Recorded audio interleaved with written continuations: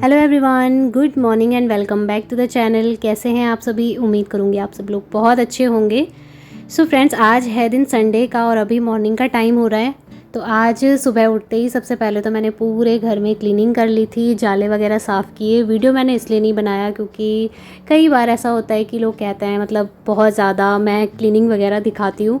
तो देखिए, reason cleaning वगैरह का वीडियो दिखाने का एक ये है कि मैं जो व्लॉग बनाती हूँ अपनी लाइफस्टाइल का बनाती हूँ, जो मेरा डेली रूटीन होता है उस हिसाब का बनाती हूँ। तो जो मैं डेली रूटीन में काम करूँगी वही सारी चीज़ों के मैं व्लॉग बनाऊँगी। बट अगर नहीं किसी को अच्छा लगता है तो फिर मैं उतना ज़्यादा मतलब डेली वो क्लीनिंग वगैरह शेयर नहीं करती हूँ। तो बस थोड़ा बहुत छोटी छोटी क्लिपिंग करके मैंने आज शेयर की है और बहुत टाइम की बात कर रही हूँ।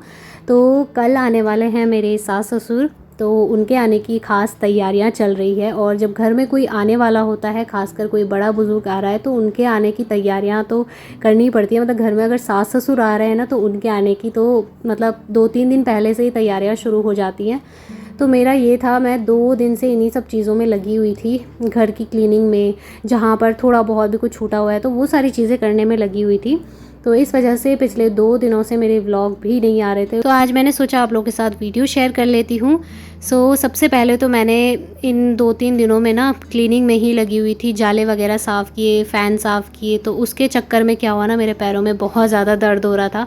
तो आज मैंने कहा कि चलो मैं ये वाइपर से ही पोछा लगाती हूँ। लेकिन फिर क्या हुआ ना, आप लोग देख रहे होंगे, वीडियो में देख के आपको समझ में आ रहा होगा कि मेरे दिमाग में बस ये खुराफात चल रहा था कि इससे साफ़ तो हो ही नहीं रहा है। तो फिर मैंने वाइपर को किया साइड और बैठ गई जी नीचे। अच्छे से देसी वाला जो पोछा लगता है उसी हिसाब से मैं पोछा लगाने लगी। और फिर जब मेरे दिल को तसल्ली मिलती है ना, तो तभी मुझे लगता है कि जो काम मैं कर रही हूँ उसका मुझे रिज़ल्ट मिल रहा है, वरना तो कोई फ़ायदा नहीं होता। मैं बस लगी हुई हूँ और मन को शांति नहीं मिली तो उस चीज़ का कोई फ़ायदा होता भी नहीं है। बस अब आने वाले वीडियोस में आपको मेरे साथ मेरी फैमिली दिखेगी, पूरी फैमिली दिखेगी। क्योंकि कई बार मुझे ऐसे कमेंट आते थे कि आपके सास ससुर आपके साथ में क्यों नहीं रहते हैं, पता नहीं लोग किस हिसाब से पूछते थे। कई बार तो मतलब स्टार्टिंग में ना मुझे ऐसे भी कमेंट आए थे कि आप लोग अकेले क्यों रहते हो, क्या रीज़न है। लोग जानना चाहते हैं कि क्या वजह है। मतलब ऐसा कुछ है नहीं इतना खास कि कोई गहरी वजह है ना रहने की। मैंने कई बार वीडियो में बताया भी था कि हमारा एक घर देहरादून में है, वो लोग वहाँ पे रहते हैं क्योंकि वहाँ पे मेरी देवरानी की छोटी सी बेटी है, उसकी देखभाल करने के लिए उनको वहाँ पे रहना पड़ता है। अब जब भी उनको घर की याद आती है तो वो लोग आते हैं, ऐसा नहीं है कि वो लोग नहीं आते हैं, आते हैं। अब वीडियो आगे देख कर के आपको समझ में आएगा। तो मतलब फैमिली जब बढ़ती है, परिवार जब बढ़ता है, तो उसके साथ में रिस्पॉन्सिबिलिटीज़ जो होती हैं वो भी बढ़ती हैं।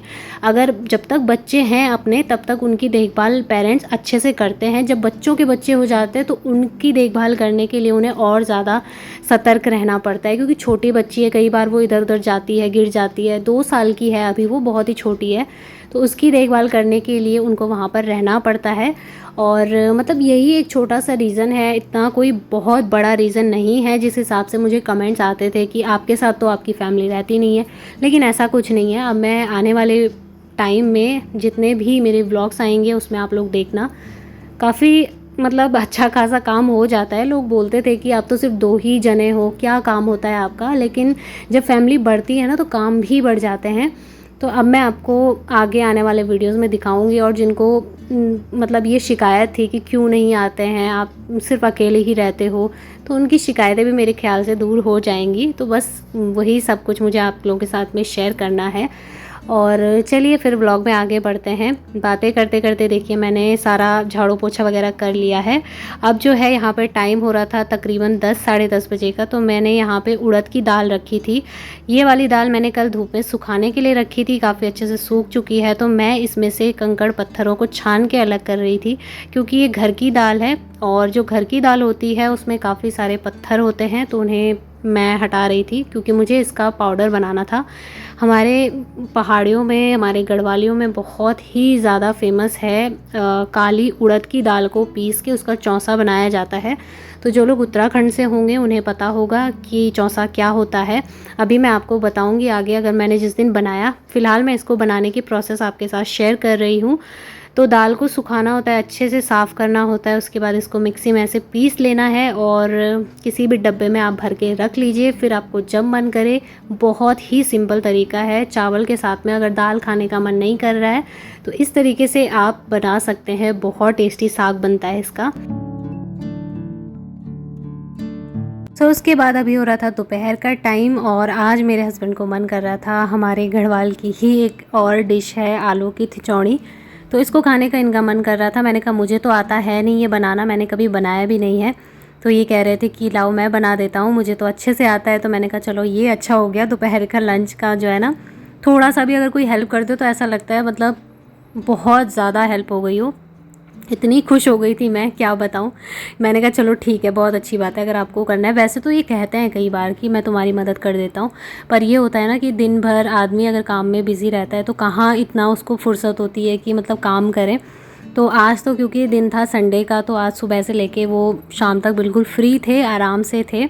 तो मैंने कहा चलो कोई बात नहीं, आज कर लो। तो ये आप रेसिपी देख सकते हो, वो अपने आप ही बनाने में लगे हुए थे। करना कुछ नहीं है, बस सिंपल तरीके से जो आलू होता है ना, उनको अगर आपके पास सिलबट्टा है तो उसमें कूट लीजिए। मतलब छिलके सहित ही कूटना होता है, धो के अच्छे से धोना है और छिलके सहित ही कूट के उसको साइड कर लेना है। फिर सिंपल सा प्याज टमाटर का तड़का लगाना है। हमारे यहाँ पे होता है जख्या, उसका तड़का लगता है, लहसुन डाल सकते हैं, बहुत टेस्टी होता है। हमारे यहाँ ना पहले गांव में लोग अगर कुछ भी दाल वगैरह नहीं होती थी बनाने को, या जल्दी जल्दी कुछ खाना बनाना होता तो दोपहर के लिए दाल चावल नहीं खाने का मन हो तो चावल के साथ में ये बना सकते थे। तो बस यहाँ पे थोड़ा सा गर्म पानी करना है और ये डाल देना है आलू उसके साथ ही, और बस इसको पकने देना है अच्छे से। तो जैसे इन्होंने रखा तो फिर ये तो चले गए थे अंदर और मैं यहाँ पे चावल बना रही थी। तो आज बहुत ही ज़्यादा मतलब मुझे आराम लगा, क्योंकि मैं एक तो मतलब मेरे पैरों में बहुत ज़्यादा दर्द हो रहा था, दूसरा ये था कि सुबह से लगी हुई थी काम में, तो बिल्कुल मन नहीं कर रहा था कि लंच में क्या बनाऊँ। तो इन्होंने ये बना दिया ना तो मुझे काफ़ी अच्छा लग रहा था। उसके बाद जो है, एक तरफ की दाल तो मैं कूट चुकी थी, पीस चुकी थी, दूसरी तरफ की रखी हुई थी, ये उड़द की ही दाल है। तो मैंने इसको यहाँ बाहर पे धूप पे सुखाने के लिए छोड़ दिया था ताकि ये सूख जाए, और बस इसमें से भी मैं थोड़े बहुत जो कंकड़ पत्थर थे उनको मैं निकाल के कर रही थी अलग। उसके बाद जो है हम लोगों ने लंच वगैरह किया और मैं थोड़ी देर सो गई थी, दो ढाई घंटे आराम से सो गई थी। आज इतनी भयानक वाली नींद आई, मुझे बिल्कुल पता ही नहीं चला, जैसे ही मैं लेटी ना मुझे तुरंत नींद आ गई थी। क्योंकि जब आपको थकान लगती है ना तो आपको नींद आने का पता ही नहीं चलता है कि आपको किस टाइम पे आई नींद। तो मेरा ना मतलब थोड़ा सा ऐसा हो रहा था, अजीब सा फील हो रहा था, नींद में से उठते हैं तो बड़ा अजीब सा लगता है। तो मैंने कहा थोड़ा सा चाय बना लेती हूँ। तो बस चाय बिस्किट लग चुके हैं, प्लेट लग चुकी है, आप लोग भी आ जाइए हमारे साथ शाम की चाय पीने के लिए। और शाम की चाय हम लोग ऐसे ही पीते हैं जब जब मन हो, 4 बजे हो 5 बजे हो। और अब तो सास ससुर आने वाले, तो उनका ना मतलब उनको चाय बहुत ज़्यादा पसंद है, वो तो चाय लवर है। उनको तो 4 बजे 5 बजे 6 बजे मतलब रात तक भी अगर उनका मन करे ना तो वो इतनी बार बोलेंगे कि हाँ मैं चाय बना दो बस। तो बस यहाँ पर मैं चाय बना चुकी हूँ और मैं ना यहाँ अपना हाथ देख रही थी। मैं इनसे कह रही थी कि मेरे हाथ पे पता नहीं क्यों इतना ज़्यादा दर्द हो रहा है। तो ये कह रहे थे शायद तुम एक ही साइड सोई होगी तो इसीलिए दर्द हो रहा होगा। तो बस वही देख रहे थे, बोल रहे थे कि मूव वगैरह लगा दो। तो मेरा ना यही प्रॉब्लम होती है, अगर मैं एक साइड सो गई ना तो मेरे हाथ पे बहुत दर्द होता है। दूसरा मुझे ऐसा लग रहा था कि आज मैं थोड़ा ज़्यादा ही काम किया, तो शायद उस वजह से भी हो। और कामों का ये रहता है ना, मैं हर चीज़ की वीडियो नहीं बनाती हूँ, क्योंकि कई बार लोग इस तरह से जज करते हैं कि वीडियो में तो थोड़ा सा दिख रहा है, तो ज़रूरी नहीं है मतलब वीडियो में 10-12 मिनट की वीडियो में मैं पूरा का पूरा काम दिखाऊं। सुबह से मैं 1 सेकंड के लिए फुर्सत भी नहीं निकाल पाई हूँ बैठने की। तो आप लोग अंदाज़ा लगा सकते हो, कपड़े धुले, मतलब क्लीनिंग की, इतना कुछ किया, बिल्कुल टाइम नहीं मिला बैठने का। तो उस वजह से भी हो सकता है हाथ में पेन हो रहा हो। तो उसके बाद जो है मैंने जो दिन में सुबह कपड़े धुले थे ना, मैं उन्हें लेके आ गई थी अंदर, अच्छे से सूख जाते हैं। अब तो खैर धूप इतनी तेज़ लग रही है कि खड़े खड़े धूप में आदमी सूख जाए, कपड़े तो क्या चीज़ है। तो बस कपड़े वगैरह फ़ोल्ड करने के बाद अभी रात की तैयारी में लग गई हूँ। तो इसी तरीके से चलता रहता है, मतलब सुबह 5 बजे से 6 बजे से लगातार नॉन स्टॉप काम ही चलते रहते हैं, रात के 11-12 बजे तक चलते रहते हैं। कभी कभी तो पता ही नहीं चलता है कि। और आज तो खैर मुझे दोपहर में इतनी नींद आ गई थी, तो रात में मुझे अब नींद नहीं आने वाली है। अगर मैं दोपहर में ना 10-15 मिनट के लिए भी लेट गई तो मुझे रात को 2 घंटे की नींद नहीं आती है। तो आज तो मैं इतना ज़्यादा सोई थी। तो आटा वगैरह लगाने के बाद मैं किचन से फ्री हो गई थी थोड़ा सा। और अब आ गई थी बाथरूम में। तो मुझे कल के लिए भी कपड़े भिगोने थे, तो रात को ही मैं भिगो के रखती हूँ अच्छे से। क्या होता है ना, कपड़े जैसे भिगो के रख दो तो सुबह बिल्कुल मेहनत नहीं लगती है, इनको धुलने में अच्छे से साफ़ हो जाते हैं। तो इनकी पैंट थी, 2 शर्ट थी, तो मैंने इनको निरमा डाल के भिगो दिया है। गुनगुना पानी था हल्का सा, तो ये ख़राब नहीं होते हैं, ऐसा नहीं है कि मतलब ख़राब हो जाएंगे। तो अब कपड़े भिगो चुकी हूँ, अब चलती हूँ मैं सीधे बाहर, थोड़ा सा बाहर जाके वॉक करूँगी, क्योंकि शाम की वॉक तो ज़रूर होती है। तो मतलब आप लोग खुद समझ ही सकते हो, सुबह से लेके शाम तक बस इन्हीं कामों में लगी हुई हूँ। शाम को भी मैंने कपड़े भिगो दिए।